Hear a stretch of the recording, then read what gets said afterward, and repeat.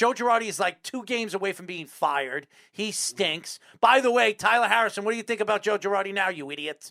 All right?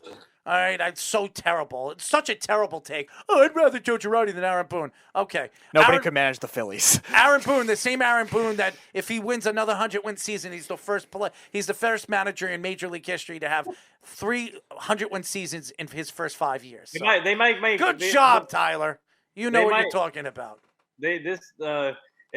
For me, to be honest, this Yankee season, it has to be a World Series. If not, then it's a horrible season for me. To be honest. I think, if you look at the numbers, and at the rate they're going at right now, they're 27-9 right now currently. They're 28-9. No, 27-9. 28. No, 27. 27-9. They're 28, aren't they? They won 28. No, 27. 27. They didn't win tonight? Yeah, they won tonight. Isn't that 28? No, 27 wins now. Who cares? Anyway, all right. Who cares? All right. Here's the numbers. The last 3 teams in their first 35 games that had almost the same record as the Yankees, the 2018 Red Sox were 25-9. They won a World Series. Mm-hmm. 2016, the Cubs were 26-8. They won the World Series. In 2005, the White Sox were 25-9. They won the World Series. Every team that was in 35 games in a season that had a record almost 20 games over 500 this early in the season has won the World Series. So what does that tell you about the Yankees? That tells you that if you look at history, the Yankees are very much favorites of winning everything this year. Remember the Tigers? The Tigers in '84 are like 35-5. Mm-hmm. They won the World Series. Yes, it's likely the Yankees are going to win the American League East and probably going to have the best record in the American League. Will have home field advantage throughout the playoffs. Okay, the fact is, when you look at the Yankees' position, I even though this rotation has been the best in baseball, they have been really in the first 35 games. They've been Nestor, Nasty, whatever. Nasty Nestor has been sensational. You've always been great with names. Yeah, Cortez, Nestor Cortez, who's been sensational this year. And Garrett Cole is back to being Garrett Cole. Yeah, well, everybody expected Garrett Cole to be Garrett Cole. I mean, the whole friggin' whatever. What do they call that? The spider tack. Spider tack. I listen. The guy has been successful in this league ever since he came out of college. The Yankees drafted him. You know, I think they're going to add another pitcher in the deadline. They're going to add more players in the deadline. Why? To make it. Why would you add another pitcher to this rotation right now? Obviously, if someone gets injured, you need that. All right, but if nobody gets injured, would you add another pitcher to this rotation? I would. Why? Just in case. Why? I would. You can't have enough more. You can never have. You do know that they're getting what's his name again? That was suspended for 70, 80 games because he. Herman's coming back. Herman will be back probably 40 games into the season. Why would you go out and trade away pieces, young prospects for another pitcher? Your rotation right now leads the American League in WHIP and ERA. Mm-hmm. Why would you do that? They have the same hitters that they've had in the last couple of years in the postseason. I'm not talking about the lineup. I'm talking about their pitching. Okay. Well, yeah, bullpen. unless they get hit in the clutch like they haven't the last couple of postseasons, it's not going to matter. I think. I hope they win. I really do hope they win, but I don't unless they get some better hitters. I can see them adding another bat to the lineup, though. I could see the Yankees going after another bat. I could see that. The Mets too. The Mets need another bat. They can't score enough runs. Carl says not true about hitters either. Mark, what are your referring to? Okay. Another moron. Well, hold on. Well, DJ. Yeah, how well is Stanton doing in the playoffs? How well? First of all. Giancarlo Stanton the last 2 years for the Yankees has hit very well in the playoffs. Yeah. Yeah? In the postseason? Yes. Yes. Postseason, great. These guys, every time in the postseason, guys like Stanton, hold on. Guys Marky, like Rizzo. I'm not talking about Rizzo. And Gallo, any of those guys. And Rizzo. Hold on, Mark. Rizzo was the reason why Cubs won the championship. Wasn't the reason why? He was one of them. He was one of them. He was an okay player that year. but look how he's not a consistent postseason player that's going to get results because he's a high strikeout guy. Giancarlo Stanton, Those the guys last. do not do well in the postseason. Giancarlo Stanton, the last. And that's not my opinion. That's a fact. Giancarlo Stanton, the last 2 years with the New York Yankees in the playoffs, has hit 8 home runs. Okay? 8 home runs in how many series? 3? 8 home runs. That's a lot. In the last 3. Only 2. He's only 2 series in a wild card game. 2 series in a wild card game. He's hit 8 home runs. And he has, 18 RBIs? 18 RBIs. 18 RBIs. Okay. He also had that one that should have been a home run that just hit the top of the wall. The honestly, monster. Giancarlo Stanton has been a good playoff player for the Yankees. DJ LeMahieu, except last year because he wasn't healthy, has been his first year with the Yankees was a good playoff player for the Yankees. Yep.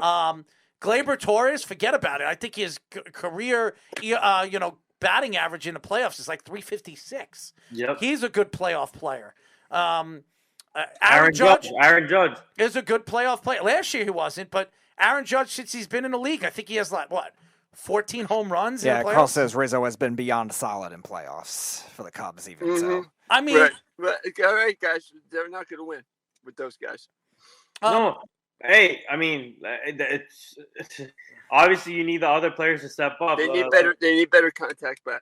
Like I said, I think they're going to add another bat to the lineup. Well, they added a contact bat and Finer. Kiner-Falefa. Well, I mean, he's up and down right now. He's a contact hitting. I know. Nathan, he was going to stay hot forever. He's a contact hitter. He's not a power hitter. He's a contact hitter who can hit the ball all over the field. That's what they need. That's what he's saying. That's maybe what they Mark's need saying. to give. Maybe they need to give EJ Perry a chance to hit. Oh, okay. EJ Perry. Give me a break. Let's see if he can hit a football. That's a good idea. Jeff had something of getting him fat and turning him into an offensive lineman. But speaking, if you want hitters, contact the Mariners. I think Mariners. Whatever. I think the Mariners are struggling right now, right? Yeah, they're in a really bad slump. Yeah, so I think if you want hitters, go contact them. To add another bat, they got some pretty good hitters we can get. It depends on if they're still contending though at the deadline because they had a hot start. They're not to the trading year. anybody until the deadline. Yeah, nobody's trading anybody. Yeah, you got to see if it's a bad slump or who they really are because they had a really good start and then they're just slumping. You know who's going to be available at the deadline? No matter what happens, Correa. He will be available. Carlos Correa will be available because he can opt out of his contract after this year. You don't need him. I'm not talking about the Yankees. I'm talking about let's say the Mets, okay? The Mets is sitting there and they want to add another bat to that infield and they want to move him, let's say, to second base, okay? They want to move him to second base, Correa to second base, to add that bat in their lineup for the playoffs. You don't think the Mets would do it? They would do it. Mm-hmm. They would do it. And remember, Correa has 3 years left on his contract. Would the Mets take on that 3-year deal if he wants to opt back into it? Yeah, they would. Yeah. Mm-hmm. He's making $30 million a year. Well, 32. He's one of the highest paid shortstops in the league. He's definitely going to opt out of this. He's going to opt out after the first year. Yeah. Probably, but Minnesota right now is a playoff team. They're going to make the playoffs. That division. So? Dude, that division's horrible. And I don't know what's going on with the Chicago White Sox, but they have looked horrible. The Yankees crushed the White Sox. Everybody's crushed the White Sox. They're horrible. Their pitching staff is horrible. They went from Rodon, who was fantastic last year. They lose him in free agency for what reason I don't know. You go from Johnny Cueto. I mean, that team was supposed to be the best team in that division, one of the best teams in the American League. Yeah.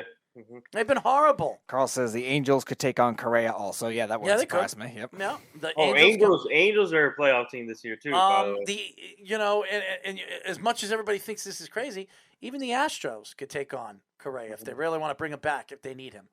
I mean, they could do it. They're young shortstops hitting though. Jeremy Pena's looked good. Also, the Blue Jays. Also, the Blue Jays has a very good minor league team. No. I don't want to see that happen. No. No, you don't, Nathan. No. And you want to know something? Tampa don't like to spend the money, but they might not have to because he's leaving. He's leaving at the end of the season. If Tampa needs another bat in that lineup to put him there, they have a great farm system. Right. They can add Correa, because it's only a half a season. What are they going to pay him? Right. Nothing. They could keep Lau in the outfield $15 because million? they had lost Meadows anyway. So, yeah, they could put him at second. I mean, they could do a lot. I mean, there are teams that'll be even the National League. Look at the National League; they might be looking for a bat. So I think it's very interesting. Giants maybe not a team to sleep on either because they don't have a lot of bad contracts right now either. Well, if they contend. that's why I think Aaron Judge is But almost a lock. Who said Rizzo was a good postseason hitter? That was Carl. All right, 207 postseason. Okay, how many home runs and how many RBIs? 7 home runs, 18 RBIs. I mean, that's pretty good. 40 games. That's pretty 40 good. games. That's pretty good. 18 RBIs in 40 games. It's not pretty good. Well, first of all, 40 strikeouts. What is his batting average in his career? 207. Well, what is his batting? No, it's overall. Overall batting average? Yeah. I mean, he's a pretty good regular season player. What is his batting average in his career? 267. All right. He's solid. I would say he's a solid player. That's what Carl said. Solid. Yeah. No, not in the postseason. No. In the Oh, postseason. okay. High strikeout guys are guys that usually don't come through. Now Stanton's had a really good last couple postseasons. Yeah, he's been good about that. But Judge has had a horrible last couple postseasons. What is Judge's numbers?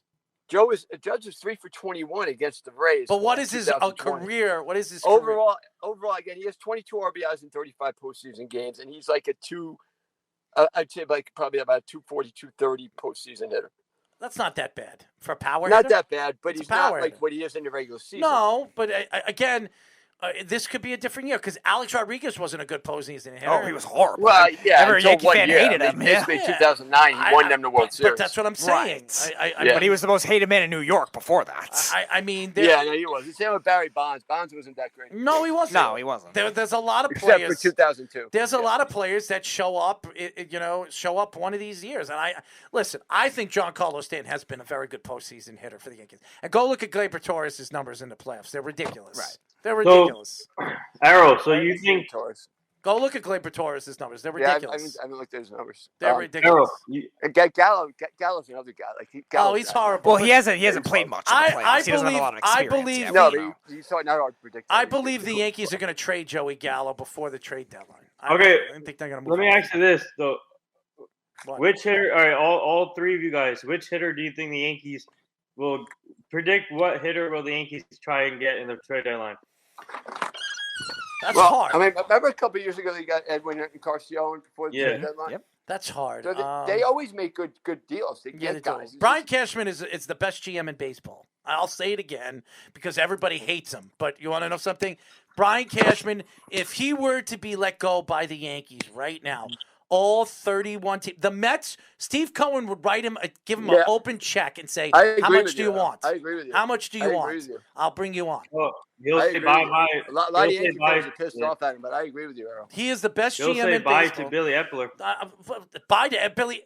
Billy Epler would be happy to have Brian Cashman as the head absolutely. GM.